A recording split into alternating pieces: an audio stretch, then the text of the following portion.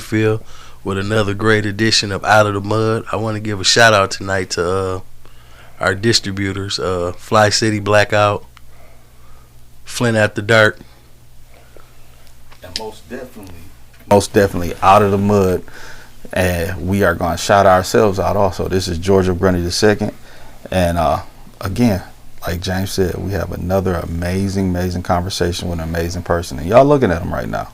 So if you would, introduce yourself. Hey, what's up, y'all? I'm DJ SayLess. Okay. I'm just honored to be here. And we glad to have you here, man. We had a phenomenal conversation about 3 days ago, and I was like, you know what? I got to get you on here. You got some good information. People need to know your story, and they need to know people like you exist, you know? So with that being said, where you from? I'm from right here, Flint, Michigan. Okay, then. A10 North Side, over by Gundry, mostly where I resided. Resided. Went to Northwestern, went to pretty much all the schools, Flint schools. Okay. I'll take that back. I ain't go to Central, I ain't go to Southwestern, I ain't go to Whittier, I ain't go. Let's start it off from where you went to elementary and then where you progressed from there. Elementary, I went to Cook, Door Rider. Okay. After that, where I go? Sound like you follow my path. Go ahead. After that, I went to Gundry. After that, I went to Gundry. And then I went to North Carolina to finish out the elementary. Okay. And then when I came back, I went to Northwestern. They had 7th grade. My year go with the grade. So 07, 7th grade. Oh, okay. Yeah, that's interesting. It make it easy to just remember. Cool. Every 95 baby who never flunked or nothing like that, they got that advantage. Okay, then. Cool. Yeah. That's good to know. So, how was your upbringing? Did you have both parents in the family? Yeah, it was interesting. It was interesting. It was like, I guess, be a little bit more specific because it was interesting. It was like parents was there in elementary. Okay. 2nd grade separation. Okay. Up to 5th grade. 5th grade moved with my grandma. Up to 7th grade moved with my mom's. Okay. What was that? 8th, 7th, 8th grade to 9th grade, I was pretty much in the streets. 10th grade, I was like with my pops, but I was like with friends for real. Okay. All the way through the rest of high school. Yeah. So you got any siblings? Yeah. Big family, small family? Yeah, it's five other siblings. Okay, then. Mm-hmm. So you mentioned, I just heard you say something about the streets. So coming up going through high school, you know, so. Yeah, I mean, it was like middle school, right before the brink of high school. So I had one thing that I remember most. I did a lot of bonehead choices. You know, if you're a Flint native, you know David Bush, you know Coach Mike, you know just certain names at Northwestern that's pillars in the community that's known throughout. You know what I'm saying, Flint, for just being a part of, you know what I'm saying, student engagement, just trying to help people. And I remember. It was like 2009, man, and I had broken to Northwestern. Yeah. Allegedly. Well, I already got in trouble for it, so. Okay. Yeah, I ain't snitching on myself. We already dealt with that. Okay. So, yeah, I ain't crazy, but we had. Okay. I ain't gonna say nobody else's name, but I'm just keep it on me. Yeah, keep it on you. Yeah, I did that and bonehead decision, and got the repercussions for it. You know, they came knocking on the door, solved that problem, and then my mom's you know, there's other siblings in the house, so she made a decision like, you know what, you too wild. You gotta get out. So I got out. And when I got out, I was out. And I seen life, like it was a glimpse of reality. I seen homeless people. You know, I was probably all of 13 years old. Wow. So I seen homeless people, and I realized that yeah, bro, you homeless. You know what I'm saying? At 13. So I was just, it kind of clicked for me like, yeah, I can't keep doing whatever that's happening. I can't keep doing this. So, yeah. So, in the streets, did you get an epiphany? Did something happen? Did something to make you, change your trajectory in life? Not at that time. Heck no. At that time, that was just when I realized, like, I got to come up with a plan to get out, like, to know, like, I got to come up with something to no longer be in this situation. After that, I started just doing bonehead stuff, typical, like, what's that man's name that produced movies? Black dude. Tyler Perry? No, not him. Oh, okay. The one that go to all, like, the New York games. Little short dude. Spike Lee. Spike Lee. Spike Lee. So I was like a typical kid in Spike Lee movies. Okay, then. You know what I'm saying? Making all them bonehead decisions. Just, you know what I'm saying? Trying to find my way, trying to see what was me, what wasn't me. And, I experienced it all. So. Okay, then. So after you figured it out to a certain extent, Yeah. did you play any sports? Yeah, I played football. I played when I got to, what was that? I be looking up. That's where my memory at. It be like up here. Okay. But when I got to ninth grade, I got expelled for Northwestern incident. So what a lot of people don't know is I got held back that year. So I had to transfer to Northern because I couldn't go to Northwestern. Didn't accept me no more. So I transferred to Northern. That was an interesting way I did that. And when I transferred to Northern, they told me that I was still considered a ninth grader, so I couldn't play sports again. So I remember that summer, I was watching a football team and I couldn't participate in nothing. So I just trained by myself. I just ran around the school, Ask anybody, I just ran around the school while everybody was practicing. I just ran around the school the whole time. I was just running. Right. Trying to figure it out. No, I was running, literally trying to stay in shape because I told myself, like, I'm getting on the team. Okay. That's just what I had told myself. And then I took 7 and 8 hour. I picked up a 7 and 8 hour for the first 4 market periods. And then by the end of the first semester, I was in my correct grade, 10th grade. And then I continued to do that to get up to speed to where I was supposed to be. Okay. And then I ended up being on honors. But, yeah, I ran track and played football throughout high school. So did you do any college? Did your football career take you to college or academics? Yeah. So academically and athletically, I had offers from college. I actually did not take the athletic scholarship. I ended up going to Michigan State off of agreements with one of my homeboys and did the preferred walk-on program. And then I took the opportunity, kind of lost my temper, and then I transferred to University of Arkansas Pine Bluff in 2015. Okay. Yep. And so I finished out my schooling in Arkansas. So what did you get a degree in? Mechanical engineering. Wow. Yeah. That's great. That's a lot of math. Yeah, you can say that. Okay then. Cool. So now you got your degree. Mm. You get back out in the world. So what had Theo been doing since he got his degree? Man, it's been a lot. Like, nothing with it, honestly speaking. Like, nothing with it. I had this misunderstanding of what education was. Okay. And I'ma just, share information that was gave to me. So when other people get it, they can benefit from it, listen or don't. It's just what it is. So the way I was taught, it was told to me was, up to 12th grade, that's just saying that you can learn. That's it. That's what a diploma is, or a GED. That's saying that you got the ability to learn, to be a part of this thing called civilization. College, we just go with bachelor's. That's saying that you're able to study in a particular field. And then you can go further in the master, saying that you mastered this particular field. And then doctorate and XOXO. So when I was choosing studies, I was looking at money.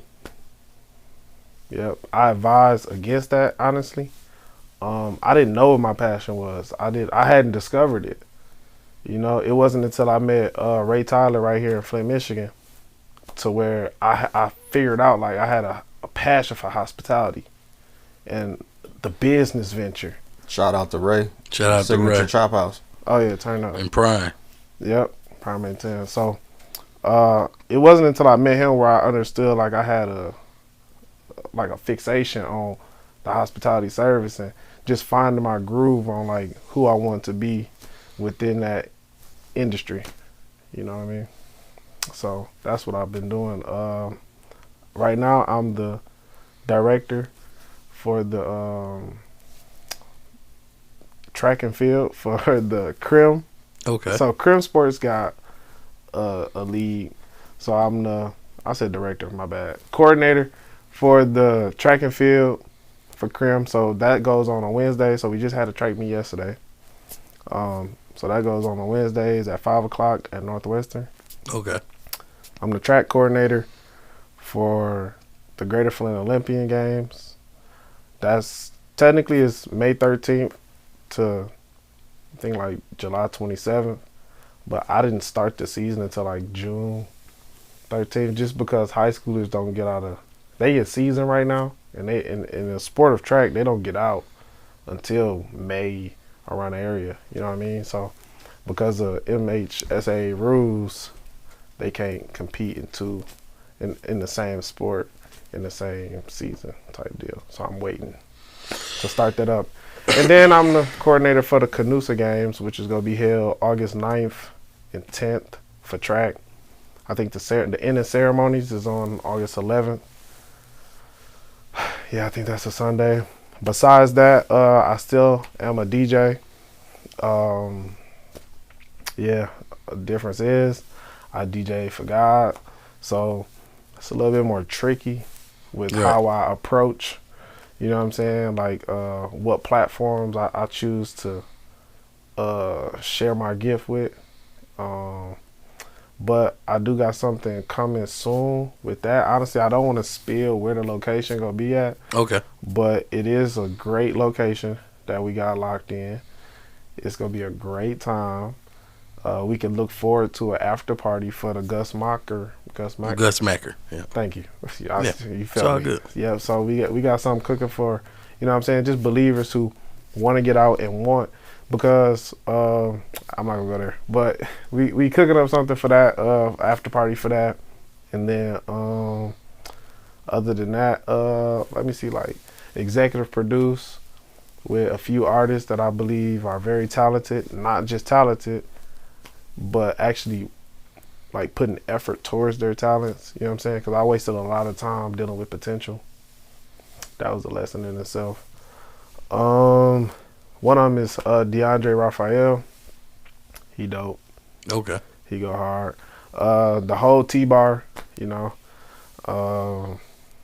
That's The Blessings Are Real. That's Pastor Joe Brown over at Greater Mount Zion. Shout out Joe Brown, Pastor Joe Brown. Yeah, they got great productivity coming out of there. Straight to the point, straight gospel, straight worship music. Just they do it. Yeah, I ain't gonna lie. The people that's been coming out of there been some great people, man. I've been meeting a lot of Pastor Brown's congregation. Yeah, y'all some amazing people. Actually, tonight we got some more of Pastor Brown congregation coming on tonight with Fire Ash tonight. And they had a show that was really nice. So he doing some great things in the community and attracted some great people. Yeah, man, he got a powerful outreach program, and he's obedient, man, like super obedient. It ain't man driven, it's God driven, God purpose. It's like it's real. When you know real, you know real. So when did God grab you, or when did you turn to God in life? Like, when did you say, okay, you know what? Yeah, say yes to God, commit. Yeah. And thank you for asking it that way, for sure. Before you answer the question, we have a comment from Byron first. And he said, okay, nice response, and a hard-working young man. Thank you, man. Thank you, Byron. Bryant, turn up. I say that a lot, turn up. That's cool. I was answering, when did God grab me first? Yeah. All right. So What I've did you always, say? Yes. yeah. So I always believed in God. Never not believed in him. Okay. But I did not commit. I would put God on like, hold on, not yet. Like, man, you already knew what you was, you know what I'm saying? So when certain things came about, being younger, I would be faced with decisions and it'd be a gut feeling like you shouldn't be doing this. And I would literally suppress it to be who I, you know what I'm saying? So by the grace of God, I was able to, he blessed me in last year, man. Last year, it was a lot going on. It was a lot going on. Life was amazing, bro. And like for me to say life was amazing and life is better now is even more crazy. Cause I would have never thought like, you know, like when people say eat your vegetables. Yeah. How that got like even though it's positive, it still got a negative connotation to it. So that was the same way I felt about following God. It was like I knew it was right, I knew it was good, but it was something about that, like that, just being a rebel. That was just, it was a drive out of it. And so last year, man, I just had enough of doing stuff my way. And to be honest with you, I hurt people that I loved. And I just submitted. I was like, you know what? I know you real. I'm act like it. And what do you want me to do? Whatever you want me to do. So since last year, I say approximately almost a year now, about May, June. I've just been finding myself, man. So this whole entire time, I've just been finding myself, honestly. Like that's been my assignment. And he just had me with a mirror. You know what I'm saying? Like, whether I'm talking to you or I'm talking to him or I'm talking to anybody, it's just been a mirror in my face the whole time. So if I don't like something, I just look back at me like, what about you is making you feel like this or that? You know what I'm saying? And it was last year to answer the question. It was last year when God grabbed me. And I'm so thankful that, you know, he gave me the mind to understand that he was with me. That's great. That's great. Yeah. You got any questions, George? So, when that happened, Yeah. can you remember What happened? what your feelings were? Okay, got you. I was hurt. I was in so much pain. I had just had a miscarriage. Can you restate that? You were in a relationship and the woman you were with had a miscarriage, right? Yeah, I can't conceive children. Yeah, we know that, man. We know what you meant by that. That's just George. Yeah. So I was in a relationship with a woman, and you know we had a miscarriage, and I'm a thinker. You know what I'm saying? And I was thinking, well, how do you have a miscarriage? The leading cause is stress. Who gave her stress? The leading person is the partner. So I was like, what was I doing? And then it just kept pointing at me. And I was just like, what? Like, what was I doing? Like, I'm not this, you know what I'm saying? Like this aggressive, super like person. So I just wasn't understanding. But then as I start just sitting and recalling certain conversations, she'd bring something up about work. I was a strip club DJ in Dallas. So she would bring something up about work that she didn't like. And I'm like, well, no, baby, it's just work. Like, that's just something we got to do. You know what I'm saying? Like, I'm brushing it off because I'm like, no, this is just the bag. The bag was like my number one, like, reason for everything. And I never paid attention that it was shaking my morals and principles of who I was. And because I was just thinking, no, it's just the bag. Like, man, everybody know we getting the bag. It's understood that we getting the bag. She ain't care about none of that. She like, no, treat me, you know what I'm saying, like you would want somebody to treat your sister or your mama or your auntie, you know what I'm saying? And so when it was put to me like that, man, I was a big walking red flag. Thinking I'm good, but I'm really a red flag. So, man, it was just the death of my our kid. And that shook me, bro. That woke me up. It was just like, yes, thank you, finally. You know what I'm saying? And that's how I felt God felt. Like, it was just like, finally, he see me. Got your attention. Yeah, and it was just like, dang. To where I just wanted to come correct because, you know, when we were getting ready for a child, man, I personally took pride in it. I was like, well, I'm finna stop DJing at strip club anyway. Because if my son asks me or daughter asks me, what do you do for a living, daddy? I want to be proud of what I told them. I want to be proud of, like, whatever I told them.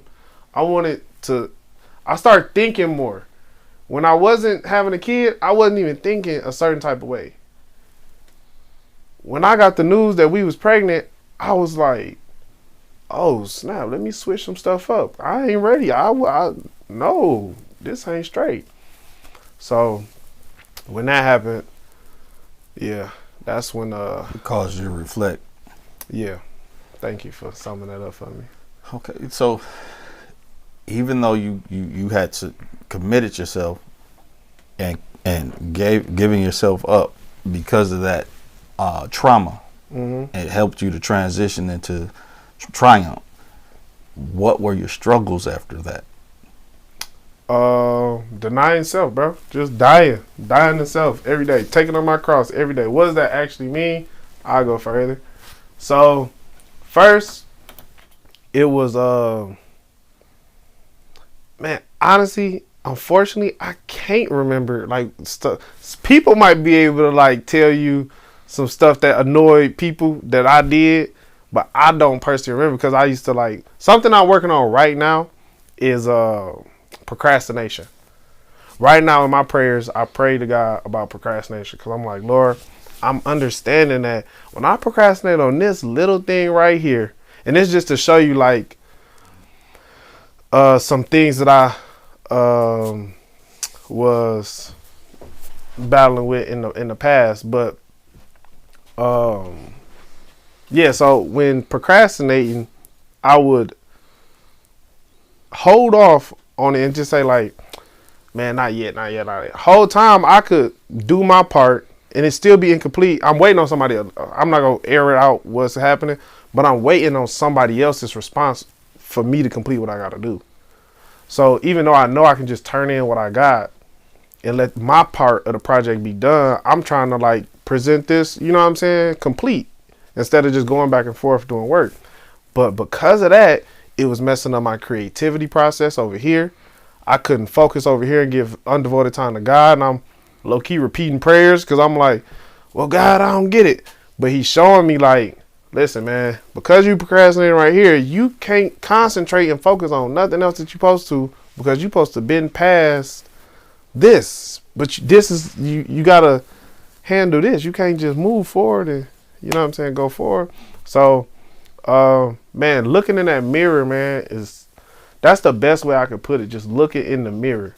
Just look in the mirror, not a physical mirror. I mean, I don't mind looking in the physical mirror, but looking in that spiritual mirror and just aligning myself with the word of God.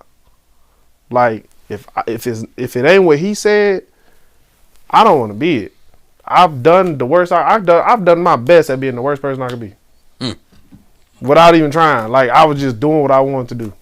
So you saying that out of the 3 stages of life that we spoke on with your beginnings, where you were going through as a teenager and young adult, and you had trials and tribulations of living on the street and learning what the streets had to give. Not literally on the street. I wasn't homeless now. Okay. I wasn't like find me a cardboard. Okay, let me chill out because it sounds like I'm making fun of people. I'm not making fun of people. But I wasn't on the street. I was in the streets, meaning like I didn't go home.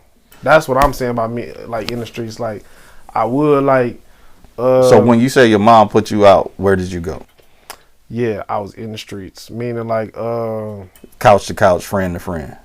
Not yet. I would. This the part where like, you know what I'm saying, can't say too much, but we'd make money and then we'll get us a spot to sleep at. Yeah, understandable. Yeah. Understood. So out of that segment of your life to college, you kind of skimmed over college. You didn't say. Because college to me, bro, I partied a lot. Okay, so I partied so much because the work, honestly, I felt today, I say I'm gifted. I'm gifted. Then I felt like, this it? Legit. Like, it was just like, this it? Like, this is college? So it didn't require an extreme challenge. When it came to remembering, reciting, and taking a test. Yeah, because I was actually interested in what I was doing. If you're interested in what you're doing, and you can make it relate to your actual life, is you learning or is you just learning? You know what I'm saying? I said that terribly, but you get I get what you're saying. Yeah. So going to college and then becoming an adult and finding the real work, saying, okay, I got the degree, I did what I was supposed to do, I'm out here, so I got these lessons of life, these lessons of college, so I got to get back to the bag as far as my understanding of life. Which part of your life out of those three were the most impactful to you when it came to becoming a believer? Like, okay, baby. So to becoming a believer, which part was the most impactful for me becoming a believer? I've been a believer my whole life. Where you had to give up a lot of that mindset and that thought process. Was it your childhood thought process, your college thought process, or aftermath of both of those and being an adult and having to give up that adult process, saying, I'm grown, I can do whatever I want? Nah, man, I've been knew better. I really just was a rebel. Like, I knew better, but I was a person, and I'm growing out of this. I'm growing out of this space continuously. So I don't know when it's gonna be complete. You know what I'm saying? Like, like check off that box. But like, I would want to know, like, who made this rule? Like, for what? That don't make sense to me. And if it couldn't make sense to me, yeah, it was my rules at that point. Or like, I have a dumb rule. I had a rule like, man, if you don't ask, they can't tell you no. Like, that got me in a lot of situations. Right. I can see. If they don't ask, if you don't ask, they ain't tell you no. That was like how I okayed myself. You know what I'm saying? So it's just that childlike, you know what I'm saying? And I'm saying childlike not to like diss myself, but childlike saying like,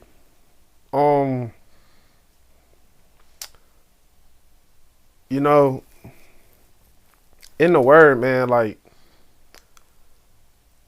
it say you born again. And if you born again, you a child. So right now, spiritually, I'm a child. Honestly. Like, I'm a man. I'm a man sitting here physically, but spiritually. But as a Christian and as a believer, you're in infant state, because it's been, 12 months probably. Yeah, I would honestly say God got me on this advanced course. You feel me? So my man. My man. I'd say I'm about 15, 16 years old. Okay, so honestly. You Clark Kent. You from a different planet with it. Yeah, turned up. Yeah. So, so when I say like I was childish, it was like all I had to do was look at my word to understand, like Matthew, 6:33? Seek ye first the kingdom of God, and all things righteousness will fall upon you. Yep. And it's either 5:33 or 6:33. Somebody correct me. Well, speaking of that, let me go back to the comments. Someone said, Eric Patrick Thomas, who's tuned in, he said, amen. And shout out to Eric and the Inspire brand. Shout out, Eric. His other response was Matthew 16:24, 26:24. Then Jesus told his disciples, if anyone would come after me, let him deny himself and take up his cross and follow me. 25. For whoever would save his life will lose it. That's instruction right there, man. But that's clear instruction. Yeah. But whoever loses his life for my sake will find it. 26. For what will it profit a man if he gains the whole world and forfeits his soul? Or what shall it profit a man to return for his soul? Yeah. So I believe that. Listening to you, this is what he put down. Thank you for that, man. That's very, very true to who I am, and I received that, man. Thank you for helping me articulate. I thank y'all for helping me articulate. Keep helping me articulate. Oh yeah, For yeah. sure. So, yeah, man, he put it a great way. I definitely had to, like I say, like deny myself, man. Like it ain't about me. The thing that I didn't understand, and I empathize with people that's not even thinking nothing is wrong right now, which is the youth. And because they don't, I understand what Jesus said, they don't know. Like, I really get it. I really did not know. Until I knew, I didn't know. Say, Father, forgive them, for they know not what they do. Yeah. I was 28. Last year I was just 28. I was 28 years old and ding. So imagine going from 0 to 28 as being as smart as I am, and I still didn't know. I was 28 when it hit me that I wasn't still gonna. The trajectory of what they told us in school said you're either gonna be dead in prison by a certain age. Okay. I was 28 when it hit me. Like, look, they lied. I'm still here. I need to get out of this club and stop acting like I'm somebody I ain't. Because if I was in Flint, I'll be in the trunk. Listen, turn up. Yeah, smart. So yeah, man. I just feel that on a whole nother level. So when I talk to people, man, I'm really just like, I'm hearing them. Like, I hear them. Like, even when they say like, Father, give me the ears, the ear. Like I get it now. Like I did not get it then, but to understand now is, and I only understand what I understand about it now. Who knows what happens as I keep getting older? So it's just, man, I got a love for God, bro. Like it's a real love for God, bro. Like it's crazy. Like, you know, like when he didn't let you do all what you did, still be alive, still had 2 legs, still had 2 ears to hear, still can see with both eyes, still look good a little bit, got my teeth, they white, they shining, you know what I'm saying? I'm still educated, I ain't lose no brain cells, you feel me? Like, I still got a passion and an ambition for going after life and living, you feel me? Like, I still got hopes and dreams. For him to do all that for me is dope to me, bro. Like, that's dope. I understood what love was to a point. Oh, boom, this perfect. You had asked me, like, what's something that I got something for you. Anger. Okay. I would get angry. Okay. I understand where my anger was coming from. It was because I loved. I only got mad at people who I cared about. Like, yelling at them and, like, just yelling. Like, just getting raw with them. My mama taught us, like, don't cuss at each other. Don't touch each other's face. Don't hit each other. Like, stuff like that. But my words could be kind of sharp. You know what I'm saying? Like, bro, you acting dumb. You know what I'm saying? Like, something that they, you know what I'm saying? Like, just kind of cutting straight into them. Like, no, that's dumb. It was out of love, though. Imagine somebody you love not trusting what you finna say. That used to piss me off. God taught me, accept, bro. Accept people. Like, they got a mind just like you got a mind. I know it sounds crazy. I did not think like that. I didn't understand that you got a mind just like I got a mind. Yes, I knew that you have a mind, but the thought process stopped right there. It stopped right there. It was just like... So was it like you couldn't understand why they didn't think the way you did? Yeah, like they couldn't see what I saw. Like why you so slow? You see what I'm talking about, and you know what I'm saying is right and true and smart. So what's wrong with you? Like this the best way I could put it. Okay. I'm gonna just keep myself on the. I'm not gonna put it on nobody else, but you know, I had a parent, both of them separately. They tried the best they could to be the parent. You know what I mean? Who am I to say like, oh, you didn't do this way? See, I'm older now. Like, now I get it. Like, there's no manuscript on how to, you know what I mean? Like, be a part of a community and do certain things that a lot of people call common sense. So there's no college degree in parenting. Man. So what I'm saying is, like, not even imagine, this really happened, bro. And it happens every single day. That, you know, our people that love us tell us what we should do. Our elders, for sure. And then our parents try to give the best advice. And then we go against the grain and don't do what they do. They get upset and still love us, but now they turned up. Why you think they turned up?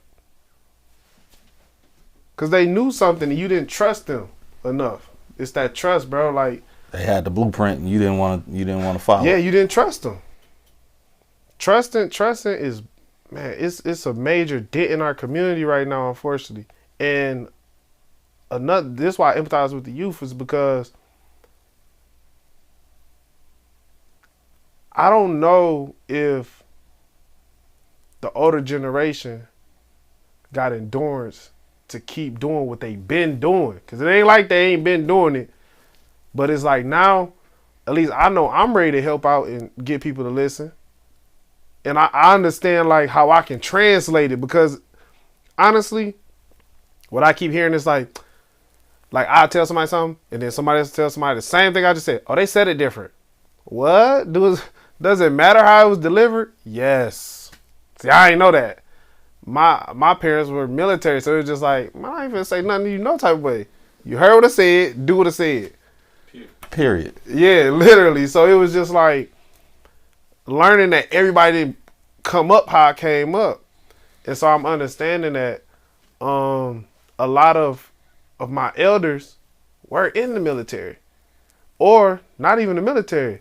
Man, the community itself was almost militant with police brutality and racism going on. That very much was a thing when my grandparent was alive. Well, when my grandparents, like elders, was alive. I do got a grandmother still alive. So, like, when they was, you know what I'm saying? Like, in their youth, when they were 17, developing, they had to go through certain things. I'm standing on their shoulders. So, because I understand that now, it's like, Facts. I'm standing on your shoulders. I'm standing on your shoulders. So, I'm more hip to listen to you. I really don't want to talk. I really just want to listen. Like, what's up? Tell me everything. Like, give me all the game you could possibly give me, because I'm soaking in right now. I hear you now. I feel you now. Like, yeah. I wasn't hearing then because I felt like I wasn't relatable then. But because I don't have to. See, the thing is, like, one of my problems was you had to tell me your deepest, darkest, like, issue, sin, secret, for me to relate to you. And I wouldn't just trust you off face value. You had to tell me that you was bad like me. So it was an entry fee into getting into a certain circle of understanding. Yeah, and that was the foolish part of my childlike behavior, like my childlike mentality, bro. Like, that's foolish, because you gotta understand, to get to how old you got, you had to live. You know what I'm saying? You had to live. And you believe y'all had the best time of y'all life, way better than me. You hear what I'm saying? So I feel like every single generation should feel like that. Like, man, ain't nobody ever had this much fun.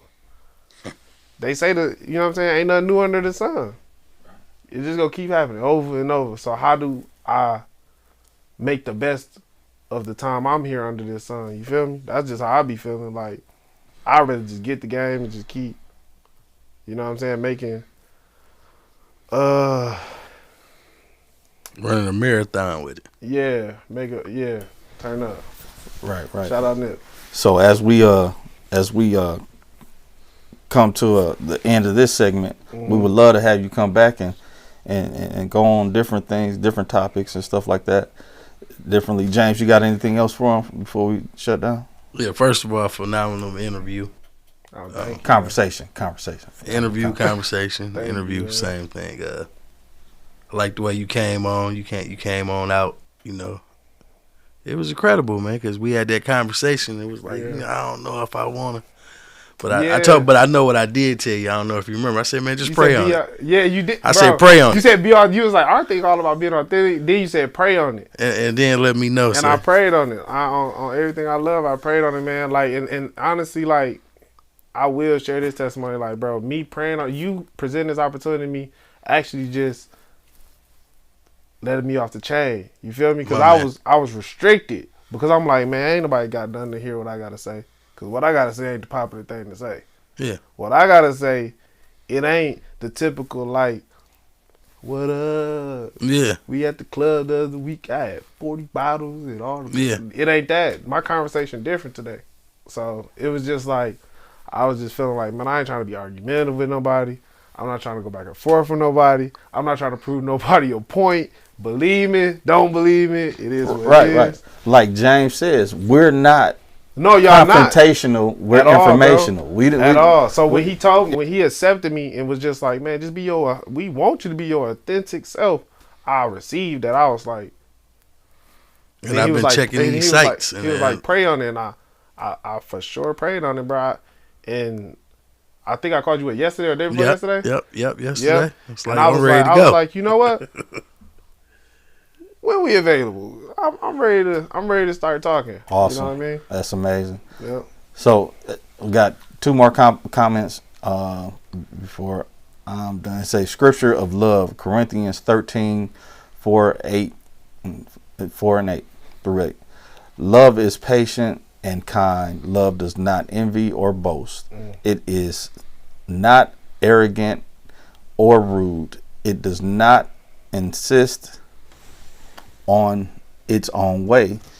It is not irritable or resentful. It does not rejoice at wrongdoing, but rejoices with the truth. Love bears all things, believes all things, hopes all things, endures all things. Love never ends. As a prophecy, they will pass away. As for tongue, they will cease. As for knowledge, it will pass away. And then we have Carol. Can I comment on that one? Yes. It's and gonna then be we have super. Carol Kincaid. I have enjoyed this young man's journey. Thank you. Go with your comment. Man, to that scripture, I really I just want to comment on it, man. Etymology is very important, bro. Most definitely. Words have lost value today. Look, hold on. Break down, because some people don't even understand what you just said. Etymology is important. What does etymology mean? I know we gotta go, so this one I'm gonna say. What does etymology mean? Etymology is the help me. It's the study of words, like understanding what words mean, where they came from, the origin, like the origin of words, history of the word, and you got to understand the government of where it came from too. Not just it's so interesting though, but it's so much more to go into to where like if you're not interested, cool. But you know if you want to actually understand what you're saying out of your mouth, you feel what I'm saying? Yeah, it's like breaking down Jesus and understanding that it was Yahshua before Jesus. Yes. And when the scripture about love, man, like the reason I love it is first off, my name is DJ SayLess, show love. Yeah. You ain't tell us that part. I know. You left that out. Yeah. No, so, But you know, out of the bud, we specialize in wanting to show love. That's our whole thing, and that's part of our mission statement is showing love. So letting people be able to voice their opinion to me is a form of us showing love on the platform, and for many people to hear it, no matter as long as it's informational or not confrontational. Mm-hmm. So, yeah. So another thing that I love about that scripture is God. It's like math, bro. God is love. So just like math, if A equal B, C equal A, then that means B equal C. You understand what I'm saying? Right. Yeah. So you can substitute out that love word and say God is, boom. They God all equate is, to boom. themselves. Yeah. And then John 4 and I believe 20. Help me with these scriptures. God is spirit, man. So basically what I'm saying is like the more that I become that scripture and align myself with the word and align myself and believe, I'm on the right path, man. And thank you for, enjoying my journey. I'm still gonna live it. If you see me in the streets, say what's up. Turn up. All right. This has been another episode of Out of the Mud. And this is George O'Grundy II. And James Mayfield, the greatest Mayfield. And we had an interview conversation with DJ SayLess. Don't forget to subscribe, follow us. Mess with us, go see our content. Now, DJ, you let them know what they need to do with the Out in the Mud content. Oh yeah, y'all need to like and subscribe for sure. Like and subscribe. And how can we find you? For the people who want to find you after this interview, how can they find you? Let y'all get my publicist when I find one. Not just playing. It's DJ SayLess. Yep, DJ SayLess on social media platforms, I think. Okay then. Cool. I ain't been having nobody run my social media. I just been like posting little. That's cool. So They DJ SayLess. Yep, it's like me with like a DJ board on one side of my face. Dope. Yeah. Okay, and a shout out to our distributing partners, Flint After Dark and Fli CityBlackout, and this is Out of the Mud again With James Mayfield, the greatest Mayfield. We out. and George Grundy II. Peace.